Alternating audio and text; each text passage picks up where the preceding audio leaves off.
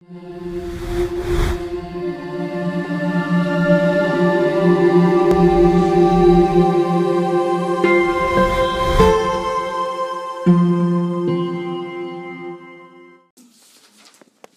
what you see here is reflection, as you can see. I told you that there are two types of reflections. One is when the surface is rough, you have irregular reflection or diffuse reflection. But what about this diagram? Is that diffuse reflection or is it regular reflection? It is regular reflection because the surface is really, really smooth. So that's the difference. No matter where reflection takes place, the laws of reflection have to be obeyed. Now that's a double rainbow. If you look carefully, it's a double rainbow. You can see two. And it is due to both reflection and refraction, both coming in. And we'll be discussing this as we get along. Here it says there are three methods for light to travel from a source to another. Light reaches the upper atmosphere of the Earth, traveling through empty space. You know light is electromagnetic waves, right? Do electromagnetic waves require a material to go through? No. An electric field and a magnetic field both can propagate through free space. What is mu naught? Permeability of free space. What is epsilon naught? Permittivity of free space.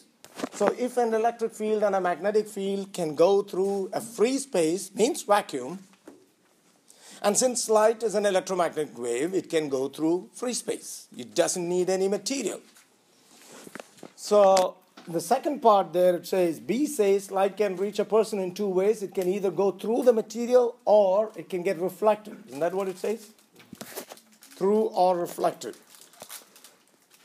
Now this is very important. This is called the law of reflection. Always obeyed. No matter where reflection takes place, whether the surface is plane or the surface is curved, like a concave or convex mirror, any case, the laws of reflection are always obeyed. So let's look at the two laws.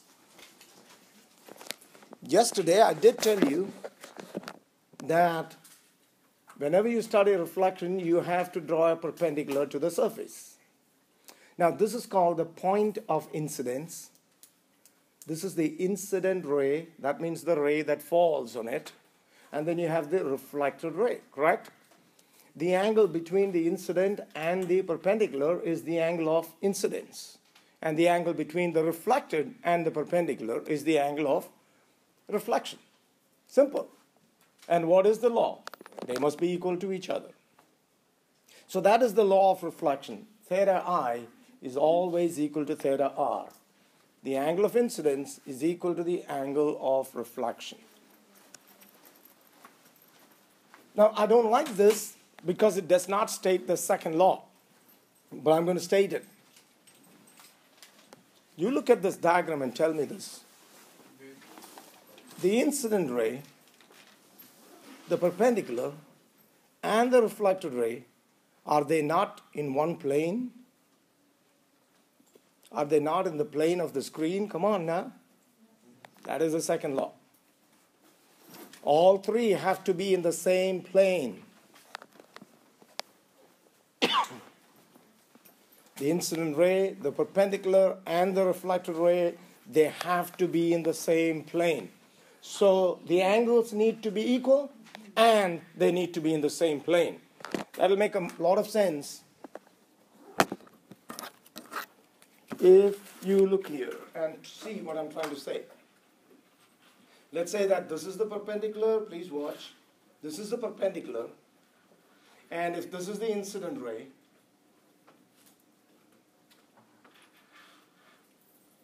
if I hold it this way, the angles could be equal, right? The angles could be equal. But that's not how reflection takes place. And some are not watching. They don't know what to watch in the end. Now, that is the only way the reflected ray can go, if you understand. You see this? This angle is equal to this. The angles could be equal in so many ways. Can't it be? But that's not enough. It's not enough for the angle of incidence to be equal to the angle of reflection. It has to be equal. At the same time, they all three have to be in the same plane. Have you understood? That's so important for you to understand. So if that's it. You have to understand both the laws together for you to answer conceptual questions. That is, of course, irregular reflection because it's a rough surface, and that's why you cannot get an image of your face when you look at such a surface. We looked at that, and that is also because if the person is looking from anywhere, somewhere here, there's not enough rays getting into his eye. You see that? It's just all over the place, so that's why. Now, this is different. Now you can see that there are enough rays that will go into the eye no matter where you look at it from. And you would see the paper. That's what the figure is trying to say. You would see the paper, but you would not see an image. Does that make sense? Not enough getting there. Okay. But if it's a mirror, of course, you see the image. I don't like so many. Moonlight, good to see, always. Good to be in, reflected by the lake. The lake, the water surface is acting like a reflector now, isn't it? And can you see the image of the moon in the lake? Come on now. Can you see the image of the moon in the lake? The image of the moon in the lake? You can't? Kind of. Especially if if there is no wind and the lake is quiet, the water is not moving, then more so. What am I trying to say?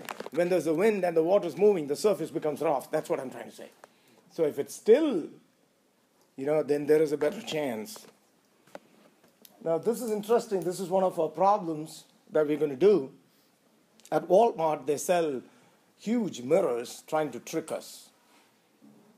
Now, to see the full image of a person, you don't need a mirror as big as the person. Number one.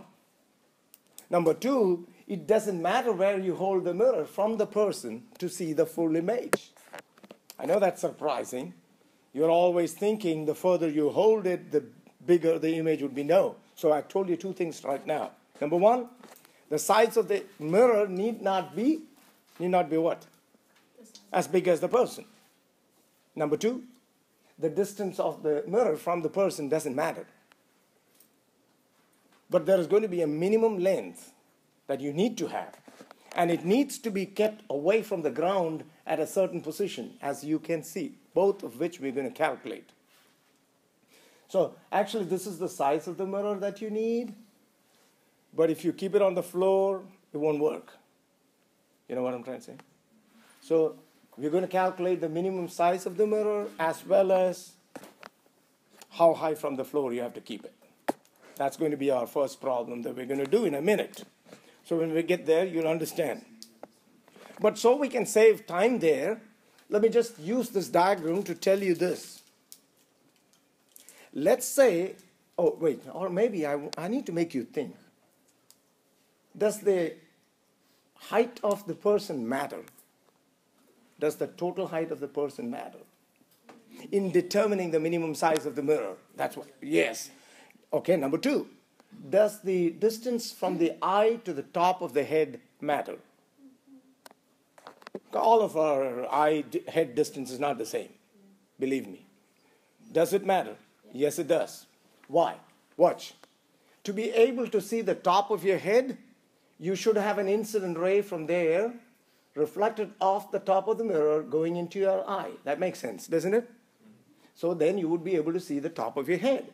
And same way, if you need to see the tip of your toe, not drawn correctly, but anyway, then you need to have an incident ray falling at the bottom edge and reflected into your eye. That also makes sense. And yesterday I told you that the human brain is tricked into believing that the rays are coming from straight behind. So, as you can see, the two reflected rays have been extended backwards. So this ray seems to be coming from here. That's what you will think the feet are. And the same way, this ray seems to be coming from here, isn't it? Now, so that's the image. That is called a virtual image. It's not a real image. Whenever you have to imagine that the rays are coming from a point, it is a virtual image. There are two types of images.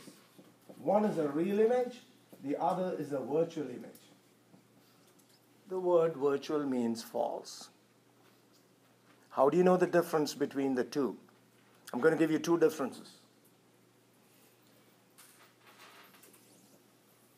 But I want you to say it. When you look at your image in the mirror, can you get that image on a wall or on a screen like I have done here? You know, I'm getting the PowerPoint images on the wall, right? This is a real image. I'm not talking about the person, I'm talking about what you see now on the board. That is real. Why? Because you can get it on a screen. So if you can get an image on a screen, it's real. So the projector has a lens in it. Now don't be confused. It has a lens in it. And that lens is producing a real image. So basically, if you can get an image on a screen, it's a real image. So when you look at your image in a mirror, can you get that image on a screen? No. No way. That's why it's virtual. There's nothing you can do to get that on a screen. Clear enough? All right. The second difference is that for a real image, the reflected rays will actually meet. To get a real image, they will actually meet each other. Now, in this case, are they actual? Didn't we actually have? Did we actually? Okay. Didn't we have to extend it backwards? Wasn't that imagination? Yeah, we imagined that the rays are coming from behind. So whenever you imagine, it's going to be what? Yeah. That's why some people in our dreams are really virtual. Just heard what I said, really virtual. They have to become real. One time they will, and maybe your careers right now are virtual. It's in your imagination. You're working towards it. One day it'll become real. When you and that carrier intersect, that's when it becomes real. Until then, it's virtual. I hope you understood that part. Well, you had cookies today, so be a little bit more energetic. Let's go. So there are two types of images, real and virtual. This is going to come back when you do problems. And let me already say, I will go ahead.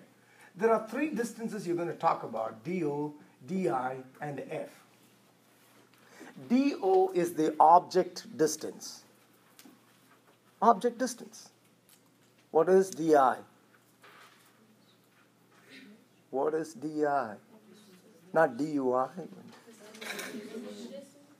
Image distance. F, focal length.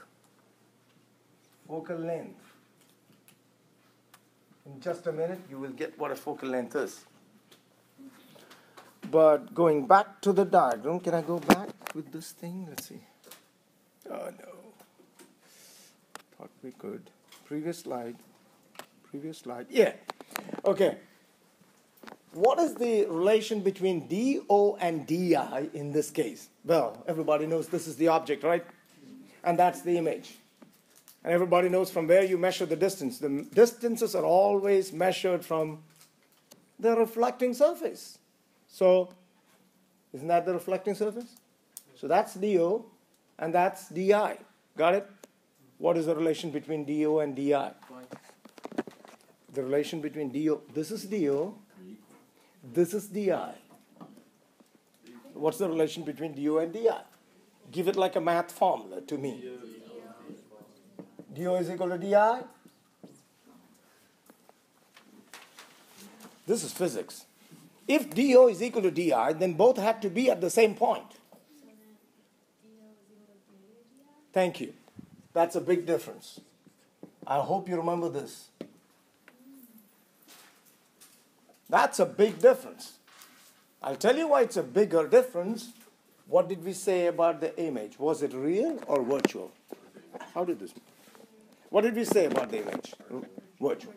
If you have a negative sign with the image, that means it's virtual.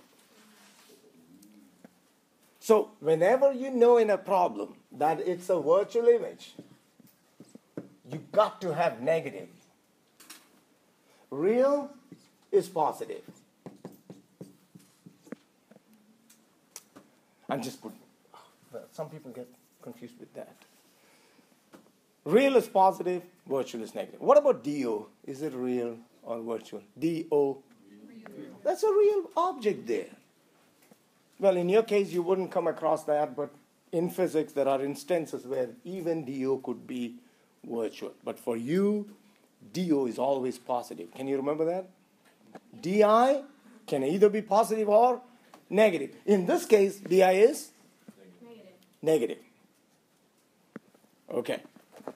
And I also want to tell you something else ahead of time. Yes? Can you, give us an example of when DI would be positive? It's coming. We're coming. With the plane mirror, we cannot. I have to get to the spherical mirrors, concave and convex ones. We will see.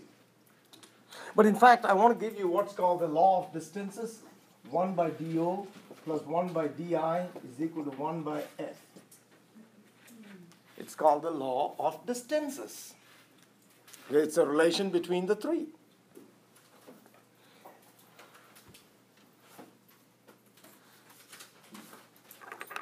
I'm going a little ahead, but I know why I'm doing this.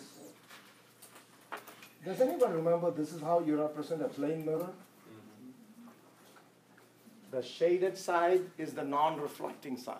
So, tell me what happens. What is the angle of incidence for that ray? What is the angle of incidence for that ray? I just asked a simple question. What's the angle of incidence? That's the third time. What's the angle of incidence for this ray?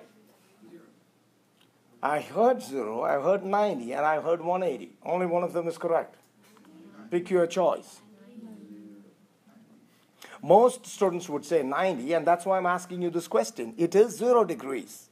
You better get used to it. Because how do you measure the angle? You measure the angle not with the surface. You measure the angle with the perpendicular drawn to the surface. Are you getting it? So if you draw a perpendicular to the surface, wouldn't the perpendicular be this one? Come on. And so if a ray is coming along the perpendicular, for God's sake, the angle of incidence is 0 degrees. I know why you would think it's 90 because you're used to, in your mind, it's like, oh, 90. No, it's 0. Okay, what happens to this ray after reflection? Tell me. It bounces back. It should bounce back because the angle of incidence should be equal to the angle of reflection. Are you getting it? So if a ray comes along the perpendicular, it will always go straight back. It will go straight back. So if I draw a bunch of rays, a bunch of parallel rays, can you tell me what will happen to these reflected rays? Wouldn't they all go back? Come on. Okay, is there any point where they would meet? No. If they would meet at a certain point, we would have called that the focus. The focus is a point where the reflected rays meet. The focus is a point where the reflected rays meet. In this case, we said that the reflected rays never meet. Are you with me? So where is the focus? There's none. Or in math you would say at infinity. It's at infinite distance away, very far away. Now look at this. You're going to get it if you pay attention. If this is infinite, what is 1 by infinity? 0. It's actually 0. 1 by infinity is 0, which would give you 1 by DO is equal to negative 1 by DI, correct? Which means DO is equal to what? Negative DI. So this is the law of distances that works for lenses, for anything, for mirrors, everything. But in the case of a plane mirror, you saw how it changed, did you? The difference is that the focal length is infinite. Therefore, that became 1 by infinite, which is 0.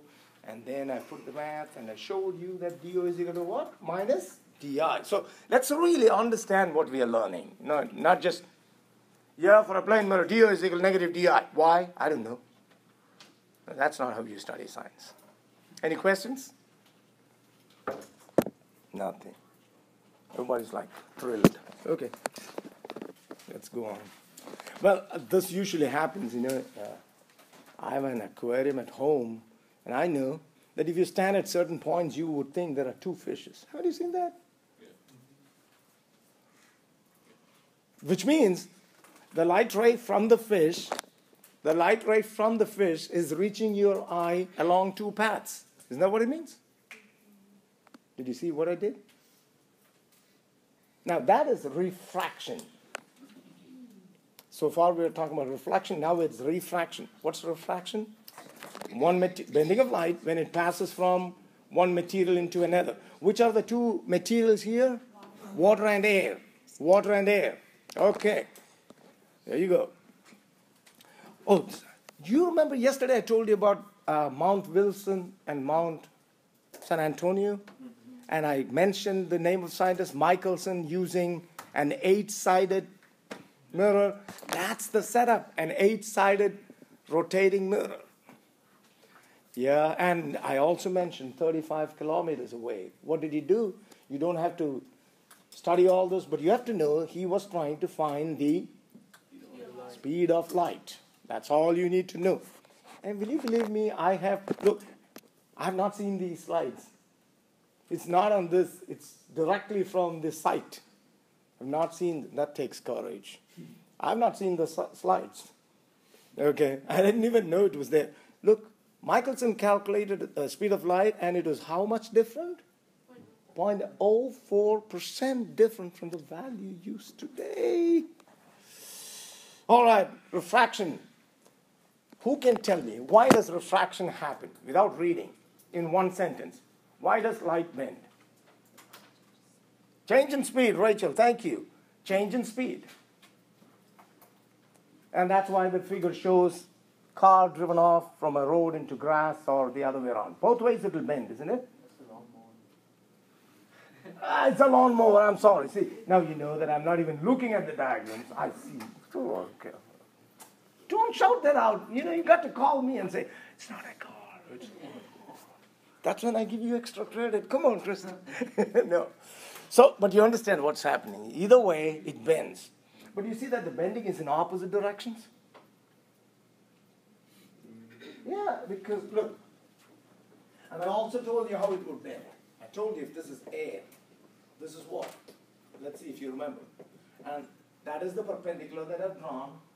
This is the water surface. You with me? Mm-hmm. Okay. So you have an incident ray, and it was supposed to go straight. It could bend either towards the perpendicular or away. Who remembers how it will bend? Oh. How is it going? From less dense to more dense. It always bends towards. Less dense to more dense, towards. Remember that? Less dense to more dense, towards. So it will go like this now. That's how it's going to go.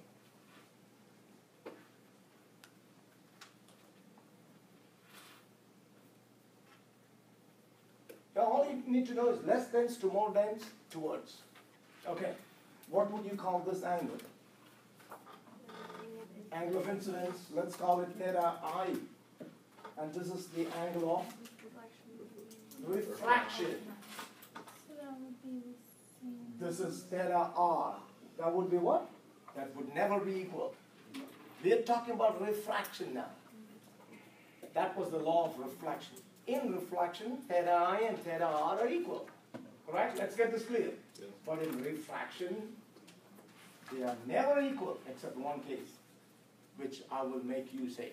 Okay. The law of refraction, I don't know where they're going to give it out. I'll write it first. The law of refraction is N1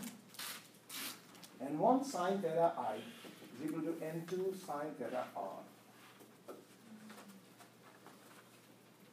What is N1? What does N stand for? Nothing. No. N stands for refractive index. I talked about it yesterday and I defined it. Let me try again. Refractive index of water. How do you define it? the speed of light in air divided by the speed in water. Okay, how do you define the refractive index of glass? Another chance for you, go ahead. Speed of light in divided by speed of light in air. You got it? You got it? Okay. So, in this case, what would N1 be? So what would N1 be? And I don't want a number. It's the refractive index of which material? Correct. And the refractive index of air is 1. Refractive index of air is 1. So that's N1. No wonder I get tired. I'm sorry. Okay. N1 is 1. That's fine. But in the next 5 minutes it will go up. N2 is the refractive index of water. Now, students could go wrong, and I've been doing this for enough time to realize where you would go wrong. Okay. You should multiply the N1 with the sign of the angle in that material. So don't plan it like this. Sometimes it could be N1 sine theta R is equal to N2 sine theta I. So how do you memorize it? You have to remember, you're multiplying the refractive index with the sign of the angle in the material whose refractive index N1 is. Got it? So N1 is air. So you should multiply with the sign of the angle in air. That's all I'm saying. N2 is the refractive index of water. So you should multiply with the sign of the angle in water. That's it. If you remember that, great. This is called Snell's law. Snell's law of refraction. And let me tell you, once again, the three rays are in the same plane. Which are the three rays? The incident, the refracted, and the perpendicular are in the same plane. That's why we study it here. Otherwise, it would become 3D. Whew. And that would be so tough. Snell's law of what? Snell's law of refraction. Oh. Snell's law of refraction, right. You're all right. Take a look at these diagrams carefully, because this is an interesting and important part that we are coming to. Let's look at this diagram first. All right, so you can see N2 is on top now and N1 is down below, you see? Okay, so the incident ray is moving through the material N1, right? I can't even read that. Is that theta I? I think so. Theta 1? Okay, thank you. Now, do you see that this is the refracted ray? And did you notice that it bends away from the perpendicular? Because it's going from more dense to less dense. But you also notice that the entire ray is not refracted. A part of it is also reflected.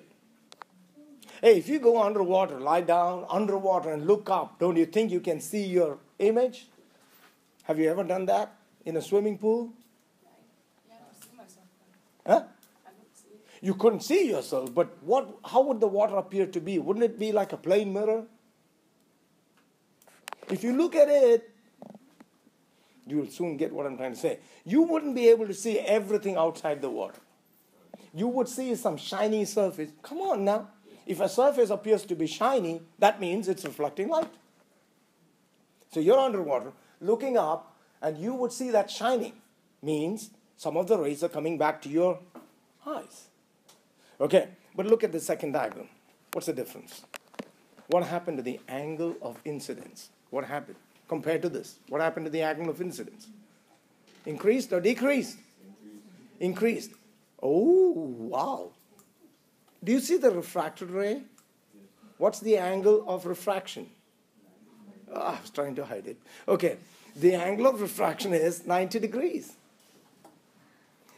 This angle of incidence, for which the angle of refraction is 90 degrees, that angle of incidence is called the critical angle. Important point to be noted. So the critical angle is the angle of incidence for which the angle of refraction is 90 degrees. The angle of refraction is 90 degrees. So critical angle is the angle of incidence for which the angle of refraction is 90 degrees. Okay, can you calculate the critical angle for, it's called theta C. Can you calculate the critical angle for glass? I will give you the refractive index of glass as 1.5. Can anybody calculate the critical angle for glass?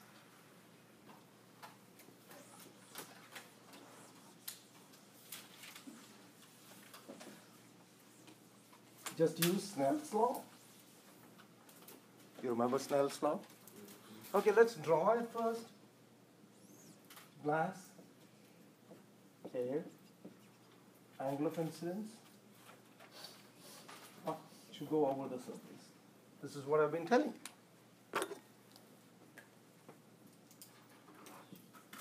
So, this is theta C. Is it always theta C? No. It's theta C only if theta R is 90 degrees. Otherwise, you would just call it theta I. Okay. Can't you apply Snell's law now? Mm-hmm. All right. N1 sine theta 1 is equal to N2 sine theta 2. Now, which one do you want to call 1? Either way works. This one? There. Oh, N? Oh, sure. N1. And this is N2. That means theta 1 would be 90. Hello? Yeah. And theta 2 would be theta C. Are you already confused? No. For most people, it will work both ways, but for most people, it will be easier for them to understand if you go from where to where it's going. So, with your permission, can I change it? Yes. It will work for both ways, believe me. So, isn't it going from glass into air? So, let's call this N1 and this N2. So, this will become theta 1, and this would be theta 2. That makes more sense. I mean, it's easier to understand. Right. So substitute into this, what do you get? 1.5 sine theta C is equal to 1. Why 1? Because for air, it's 1. Yeah. Sine 90 is what? 1. Oh, 1 times 1. 1. So 1.5 sine theta C is equal to 1. Therefore, sine theta C is 1 by 1.5, which is 0.6667, I think. Yeah. So sine theta C, oh, here it is.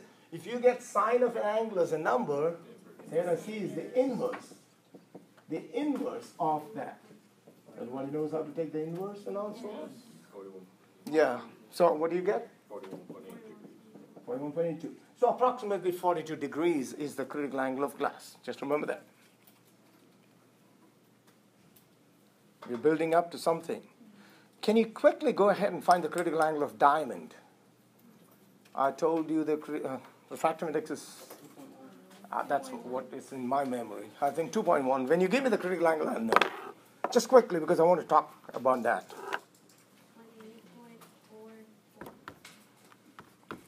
That didn't sound right. Anyway, not what you said. So that means my refractive index. Because in my head I was going between 24 and 20. I mean 2.1 and 2.4. You said 28? Yeah, 28.4.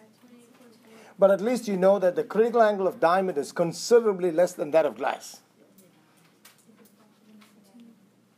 Now hang on to that thought, because now I'm going to tell you why diamonds are precious. All right, let me write that down. What's the critical angle of diamond? 28? Okay, 28, approximately 28. Talking about diamonds got you excited? Okay, now let's look at this diagram. The third one.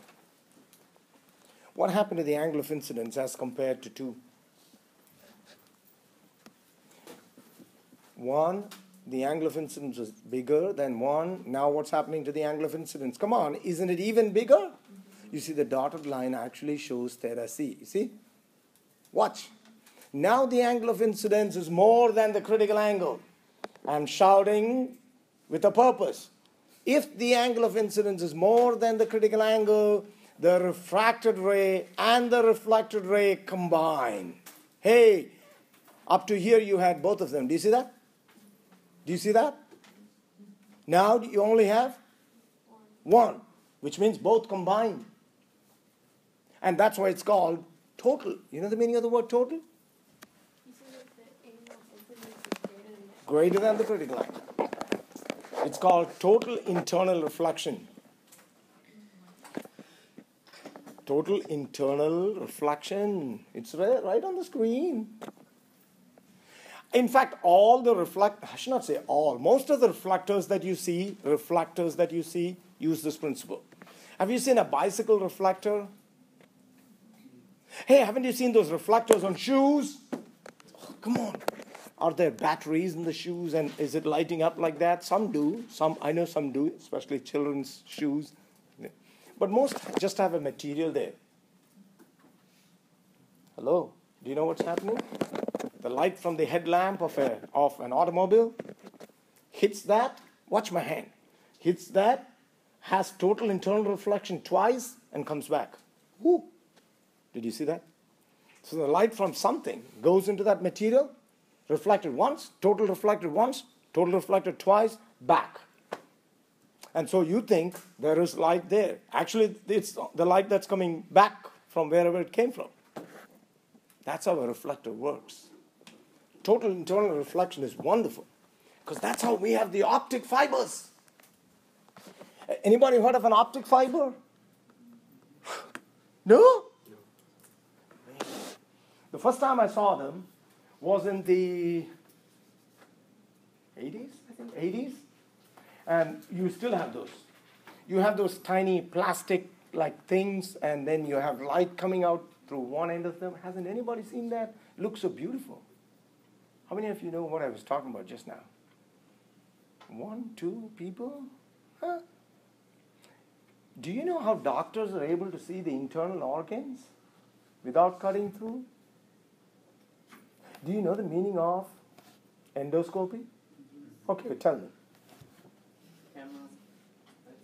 Endoscopy is end scope, which means you have a material like a plastic, however you bend it, because it's going to be bent when you make a hole and put it into your body. It's not going to go straight, is it? No, it's going to bend. And it doesn't matter how much it bends. If you shine light through one end, it'll always come out at the other end. That's why it's called endoscopy. And then you have another one which brings that light back. And so the doctor is able to see those organs. Come on now, did you understand? That's because of total internal reflection. That's what I'm saying. The world of communication has changed. You're also blessed. I had to wait like 30 minutes to make a long-distance call in the 70s. Sometimes longer, 30 minutes. Because we only had copper cables. Telephone lines were all copper. And only certain limited number of messages could be carried at one time. So people who are already using it, then you had to wait. I know you don't understand. And the lovely thing out of this is, copper, the electric current goes from one copper cable to the other. So if you had lots of copper cables together, you could many times listen to other people's conversations. I enjoyed that. It's good sometimes.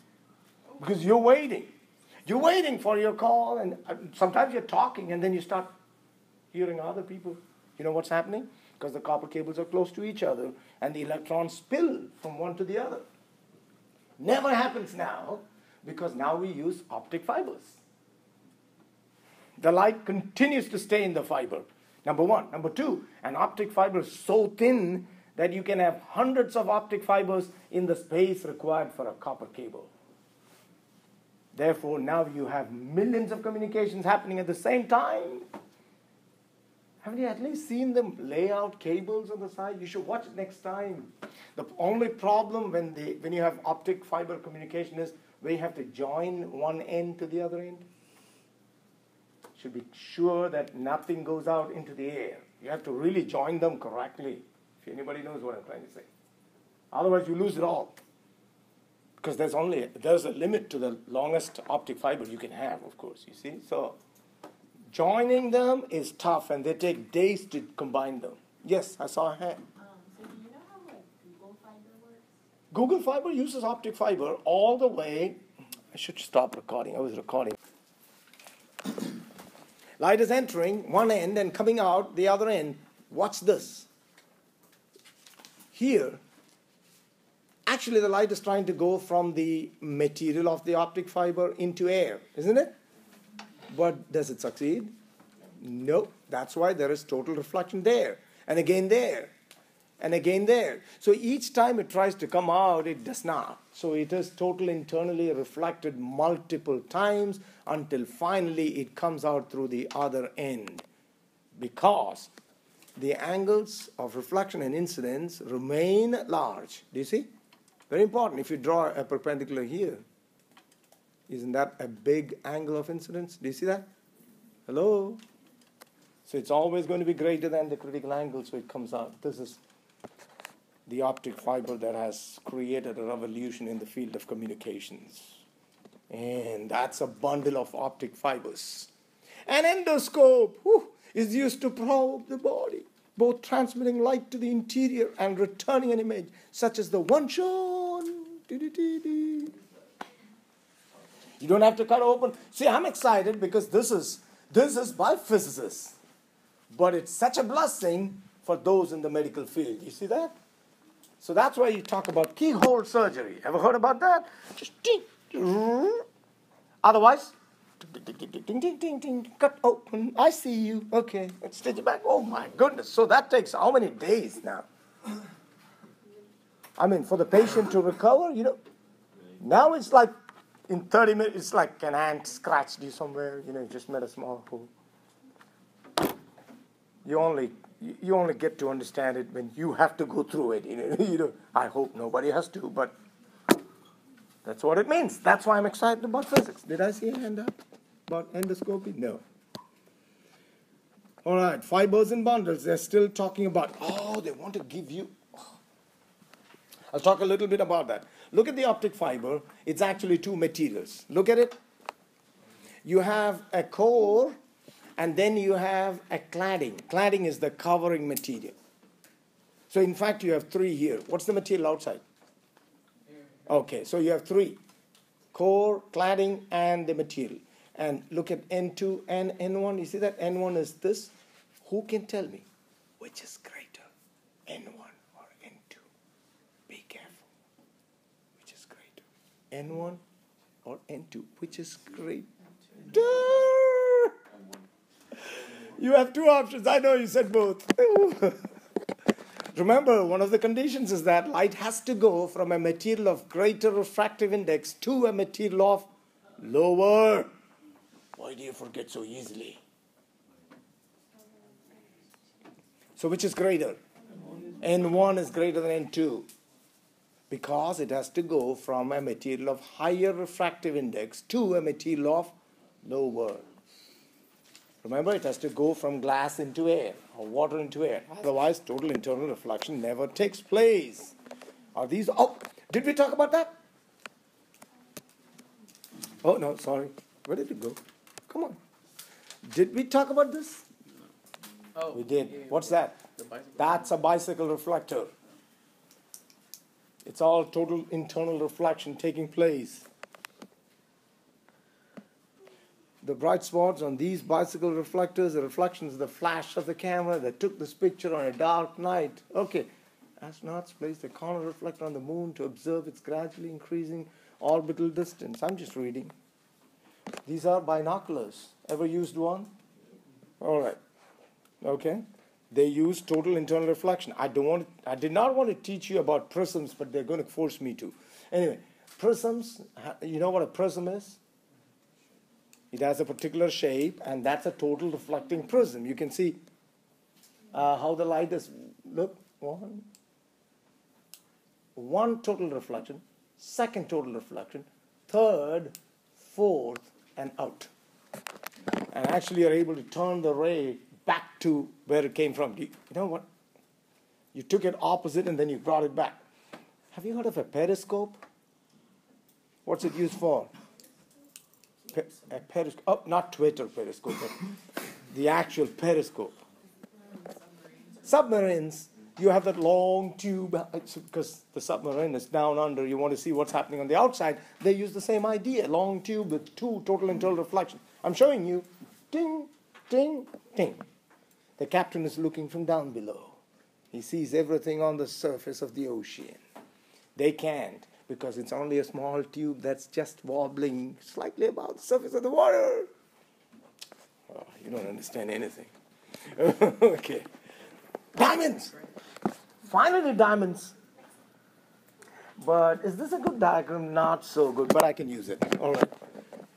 The thing with a diamond is, if light enters from here, it gets into the diamond, it's not going to escape. Watch. Isn't that total reflection?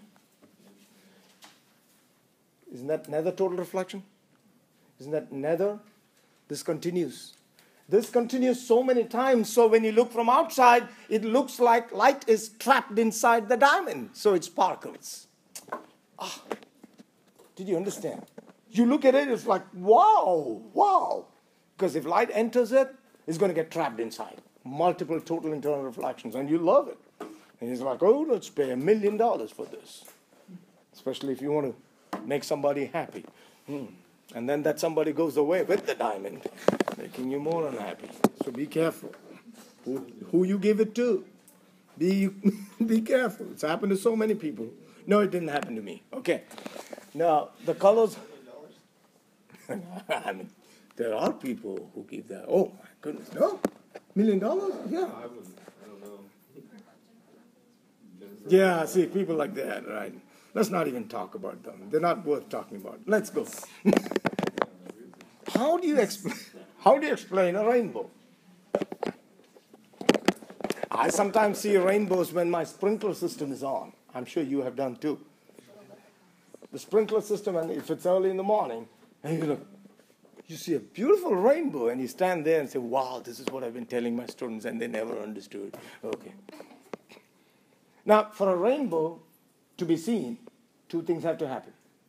Number 1, it should have rained, and there should be water droplets suspended in the atmosphere. Number 2, the sun must be straight behind you. So it should have rained ahead of you. The sun must be behind you. So the light rays are coming from behind you, going into the droplets. You will understand this without a diagram. And getting total internally reflected twice. In that droplet, 1, 2, back into your eye. Now I think they'll give you a diagram. They did not. Okay. The only part that they had was this tiny thing. All right, so you have this water droplet. Light comes from the sun. Well, it bends a little bit there. Okay, forgive me for that. And then it's totally internally reflected here, and then again here, and then it returns. But why do you see colors? Because the refractive index depends on the speed of light. And the speed depends on the wavelength. Anybody with me? Which one has the smallest wavelength? Correct. The one that has the smallest wavelength has the highest refractive index.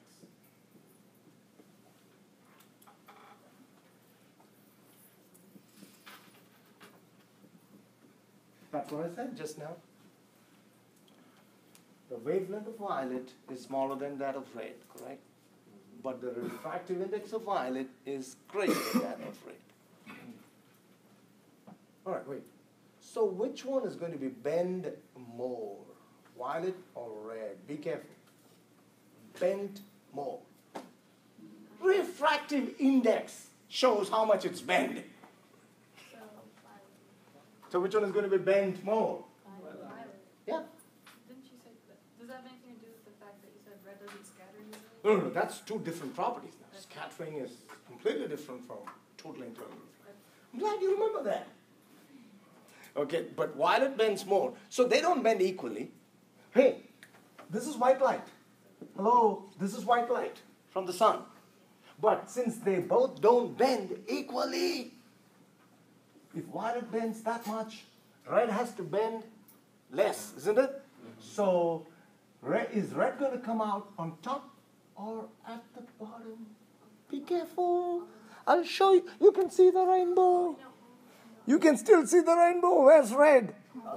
On top, because they bend a little less. Is anybody getting one? Okay. Sometimes you see two rainbows. It's called a primary and a secondary rainbow. We won't even talk about that. People are tired. Hey, did we talk about the visible light?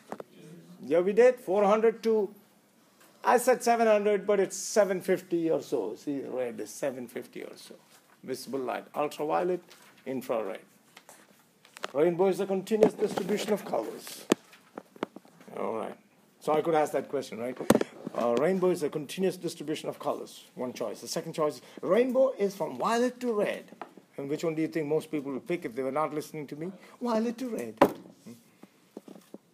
That's when I get my kick. When I look at the table and say, hey, you are not listening, I got you. It's always who is listening. It's continuous color. Continuous colors. Continuous colors. There. Is a continuous distribution of colors according to the wavelengths. That's what it is. Okay, this one I'm going to... long time I've not recorded stuff. I've done it in a new way. Actually, this is not on my iPad. It's from the computer. I'm controlling it using this. Then I thought, man, that would be great if I could put my voice on it. That's what I'm doing now. The PowerPoints are on the server. I'm controlling it using this.